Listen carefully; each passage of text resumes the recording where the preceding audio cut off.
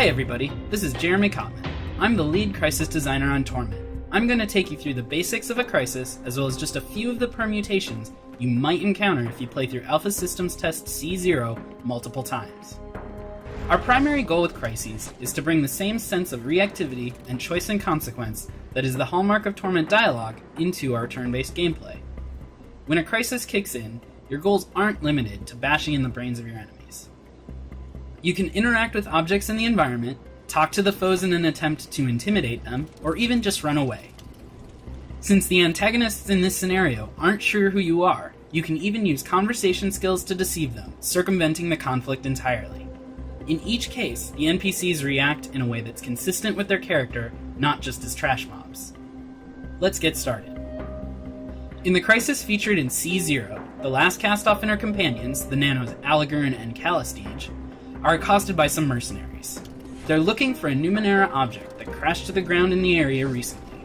Just so happens that you are that artifact. From the outset, the player can choose to try a number of different options, all of which have significant consequences on how the fight plays out and in the story later on. Let's start with the head-on approach. My strategy will be targeting the leader of these mercenaries, Koro. As soon as the fight starts, Koro deactivates the light bridges on the platform, trapping him. With Callistige's first turn, she interacts with an object in the environment, attempting a difficult task to activate a psychic effect that will make it easier to hit the enemies for the rest of the encounter. On Allegorn's first turn, he activates his living tattoos, powering up his next attack.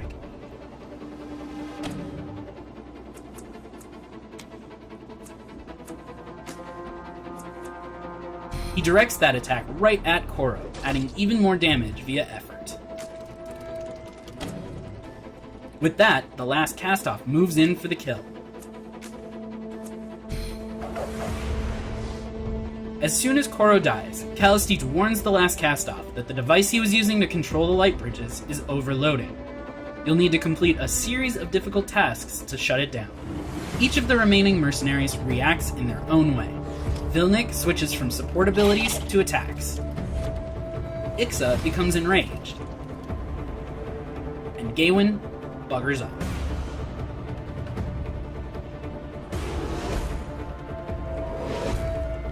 Once I get the bridges back up and take care of the remaining enemies, the crisis ends. But that's just one way it can happen. If I hadn't gotten the bridges back up in time, they explode, releasing their pent-up energy and re-engaging the bridges. Your chances of surviving the explosion are not high. But let's say I'd taken another approach and picked off Ixa and Vilnick before going after Koro. Gawain senses where the battle is headed and takes off. Koro's smart, and he knows when he's outmatched, so he offers to surrender. I have options here too. I can accept and we all go our separate ways, shake him down for compensation, or refuse and try to take him out anyway. Let's see if he's got anything good. I'll try to shake him down. Just a handful of shins. I don't think that's enough to buy him his life, so let's kill him anyway. If I don't take him out before his next turn, he'll activate the light bridges and make a break for it. If I'd accepted Koro's surrender, he raises the bridges and we carry on with our journey. Let's take a look at one more tactic I could try. This time, I've gotten partway through the battle when I decide to see what Koro has to say for himself. On Allegorn's turn, I'll try talking to him. Koro doesn't seem to much like Allegorn, but he might be a little afraid of him. I'm going to try intimidation. If I succeed in spooking him, Koro gains a fettle, our word for status effects, that represents the dismay he feels. It also makes him easier to hit.